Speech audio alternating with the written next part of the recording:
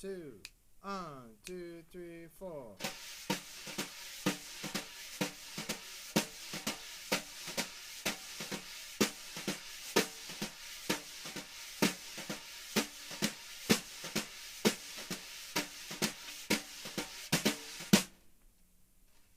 Hey there, thanks so much for joining me. Again, my name is Von Barron, and you could have been someplace else, but you're here with me. I really appreciate it. So today we're going to continue in our journey toward playing brushes. And again, I think brushes are just so important because they really are going to help you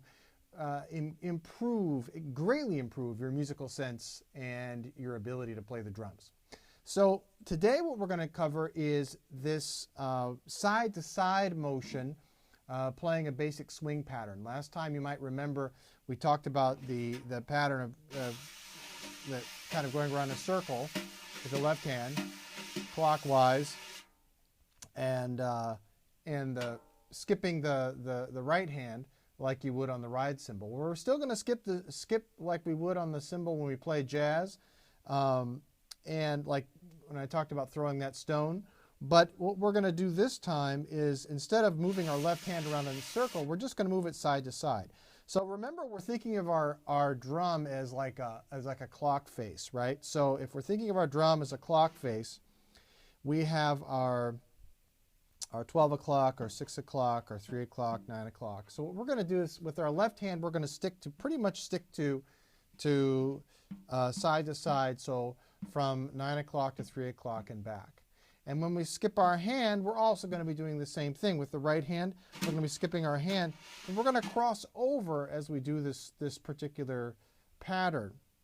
We don't want to get into the habit of following our hands, chasing our hands around the drum. We want to make sure that we're doing something kind of against each other so it really looks cool, and it actually sounds good too. I think it sounds a lot better too. You can get some really nice super fun, creative patterns going, and at the same time, really be swinging it, which is, again, the most important thing. Remember, rule number 1 is don't hurt yourself or anybody else. Rule number 2 is make the music sound great.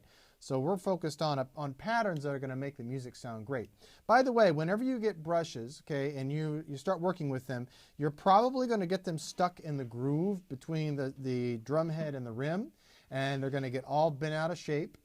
And you're probably going to, they might get caught on the drum head a little bit, and they might bend, or they may get tangled with each other sometimes, and they may bend. And there's a really easy trick for, if you can't get them kind of bent back in place where they, as straight as can be, and back in alignment with the other brushes, you can take one, okay, if you've got one that's kind of just not really going with the flow, you can take one and just grab it and just hold it in your hand like this and just twist, twist, twist, twist, twist, twist, twist, twist, twist, round and around. Make circular motions, and eventually it will break off. And it'll break off really low and close to the base of the brush of the bristle, so that it won't get caught when you retract and open your brushes. So just a little trick that we use in the world of brushing. This one here in particular got caught on something, and the thing to remember too is, like, no matter how good you become, you're still going to have that happen. So don't worry about it. One interesting thing that happened to me once, I was on a gig and I was playing along, and all of a sudden it just felt like I was going tip, tip, tip, tip, tip, tip, tip, and I looked down at my left brush, and it had exploded, and it was all over the brush and all over the floor. It was really interesting. That had never happened to me before. That was a few years ago, and it was quite interesting. But always good to have a backup pair of brushes too, just in case. But in general, they're pretty sturdy. So let's go ahead and dive into our pattern. So what we're going to do is let's start with the left hand, like we did last time with the other pattern. And we're just going to move our hand from side to side. And remember, I'm really not moving my arm. I'm trying not to move my arm. I'm trying to move more, just with my fingers and my wrist. We want a minimum amount of motion for a maximum effect. That's always how we want to play drums.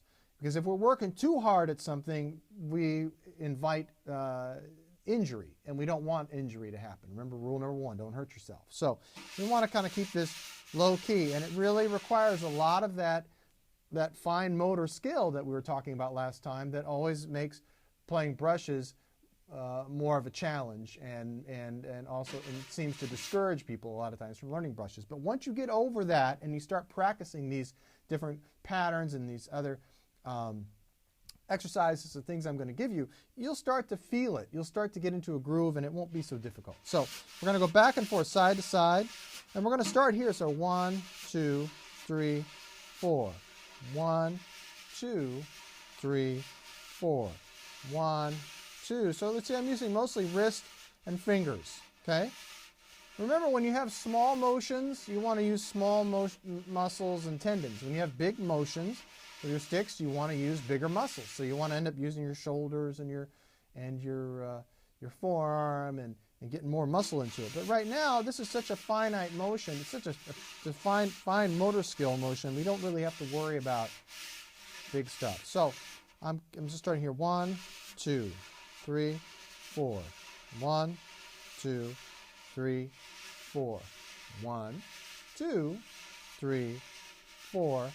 1, 2, 3, 4. Now, I'm going to start, like we talked about last time, when we're starting here about 8 o'clock and 2 o'clock. We're doing this pattern. 1, 2, 3, 4, 1. We're starting across from each other. That's a nice, easy way to get into the groove. Just always remember, start across from each other. 1, 2, 3, 4. We're going to do the same thing over here, only we're going to start at the 9 and the 3. So 1, 2, 3. So like that. So the right hand is going to go 1, 2, 3, 4. 1, 2, 3, 4, 1. Now I am moving my arm a little bit, but I'm still trying to minimize that. I don't want to, move my arm so much. Just a little bit, just to get the brush over there. 3, 4, 1, 2, 3, 4, 1, 2, 3, 4, 1, 2, 3, 4, 1, 2, 3, 4, 1. We'll put them together. 1, 2, 3, 4, 1, 2, 3, 4, 1.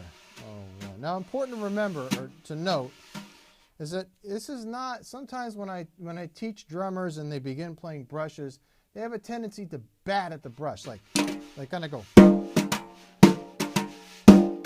Okay, that's not the essence of what we're trying to do here. Brushes are really more of an expressive, like a paintbrush, okay? And I know there are some kind of like avant-garde painters that maybe go bam or bam and put paint all over, splattered all over the picture, but most painters are going to really take that time and that care to stroke it out, okay? So what you want to do is the same thing. You want this smooth thing, and you don't want to, it's like you're just dabbing the paint. Just a little dab here, little dab here, little dab here, little dab, okay? It's not, and I'm not hitting with this part of the brush, okay? I'm only hitting with the tip up here. So just to skip it nice and easy. Give me a nice bounce and just be on my way. Okay, so let's put them together. So we're going to 1, 2, 3, 4. 1, 2, 3, 4. Remember, these are triplets. 1 and 2 and 3 and 4 and 1 and 2 and 3 and 4 and 1, 2, 3, 4. 1, 2, 3, 4. 1, 2, 3, 4. 1, 2, 3, 4, 1. You can also change it around and do it backwards, so you can do, this hand still does the same thing, but you can change the way you skip. So you can start the 2 here, 2, 3, 4, 1, 2. Sometimes people feel this is more comfortable. I don't like this pattern. It doesn't feel comfortable to me. It feels more comfortable to go. But some people like.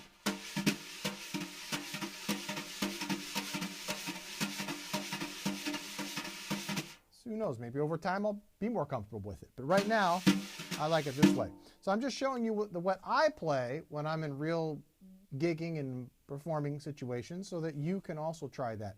And remember, with brushes, it's not just about me, it's about you. It's about you taking from what I do, taking from what other drummers do, and kind of creating your own sound, your own style. That's what we want out of all this.